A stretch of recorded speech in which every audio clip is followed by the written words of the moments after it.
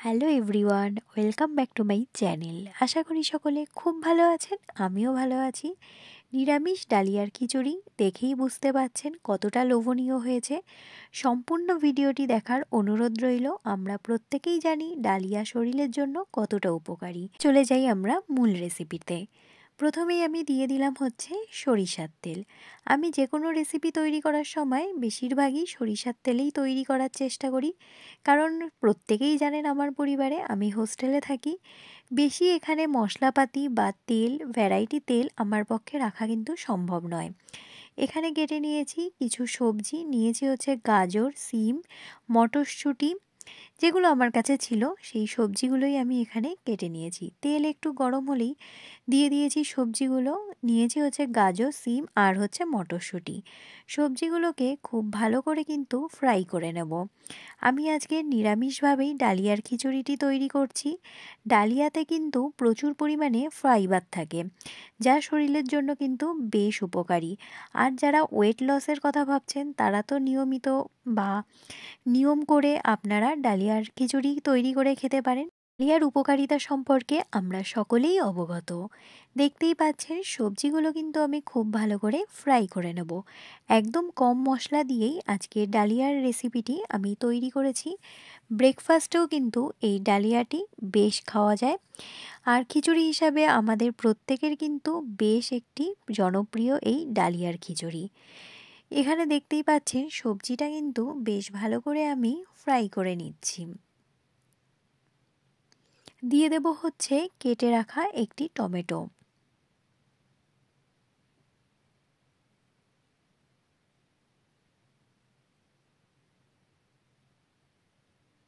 দিয়ে দেব হচ্ছে কাঁচা লঙ্কা। এখানে কাঁচা লঙ্কাগুলোকে মাঝখান থেকে আমি একটু কেটে নিয়েছি। খিচুড়িতে খুব বেশি আমি ঝাল ব্যবহার করছি না। এখানে আমি 2টো কাঁচা লঙ্কা ব্যবহার করেছি।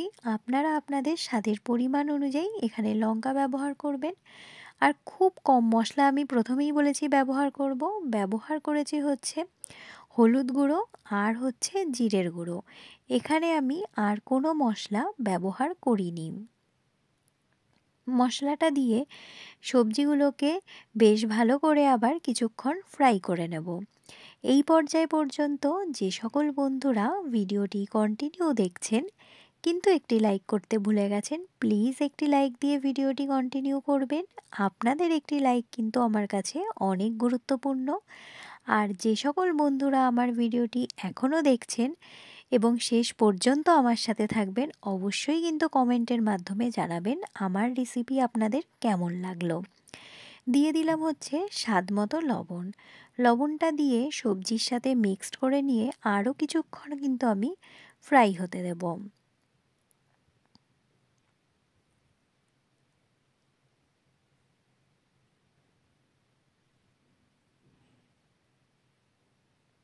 এদিকে সবজিগুলো ফ্রাই হতে থাকুক আর এদিকে আমি ডালিয়াটাকে খুব ভালো করে কিন্তু ধুয়ে নিয়েছি। এখানে দেখতে পাচ্ছেন সবজিটা বেশ ভালো করে কিন্তু আমি ফ্রাই করে নিচ্ছি।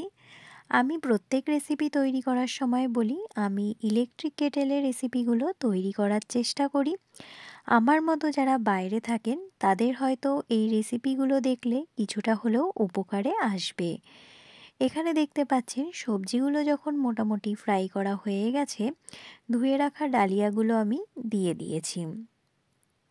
দিয়ে একটু কিছুক্ষণ নাড়িয়ে আমি কিন্তু পরিমাণ মতো জল দিয়ে দেব।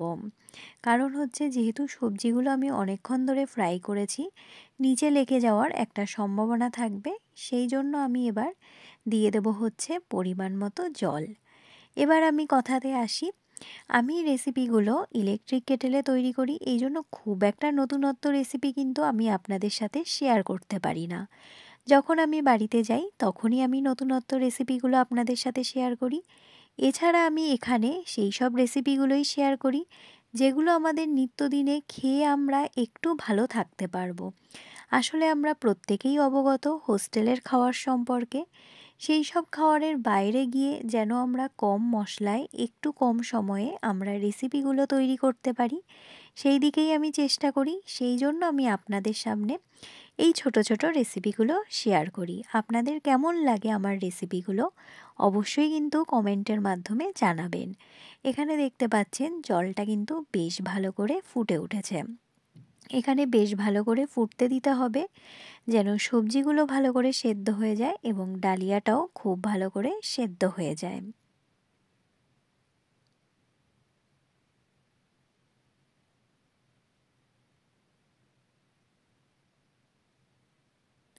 এখানে খুব ঘন আমি ডালিয়াটা বানাবো না, একটু হালকা পাতলা টাইপের খিচুড়িটা তৈরি করব।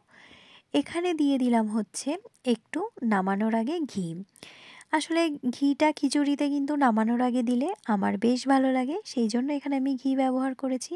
আপনারা যারা ওয়েট লস করার চেষ্টা করছেন তারা ঘিটা একটু স্কিপ করে যেতে পারেন। দেখতেই পাচ্ছেন খিচুড়িটা কিন্তু বেশ ভালো হয়েছে। এখানে অলরেডি আমার খিচুড়ি তৈরি হয়ে গেছে। এবার আমি একটি পাত্রে সার্ভ করে নেব। আমি প্লেটে খিচুড়িটি সার্ভ করে নিয়েছি। দেখতেই পাচ্ছেন আজকের ডালিয়ার খিচুড়ি সম্পূর্ণ নিরামিষ পদ্ধতিতে আমার কিন্তু তৈরি হয়ে গেছে। আজকের ভিডিওটি আমি এভাবেই শেষ করছি। ভিডিওর কোনো অংশ ভালো লাগলে আমার পাশে থেকে যাওয়ার অনুরোধ রইল। আর হ্যাঁ, অবশ্যই কিন্তু কমেন্টের মাধ্যমে জানাবেন আমার ভিডিও আপনাদের কেমন লাগলো। সকলে ভালো থাকবেন, সুস্থ থাকবেন। নমস্কার।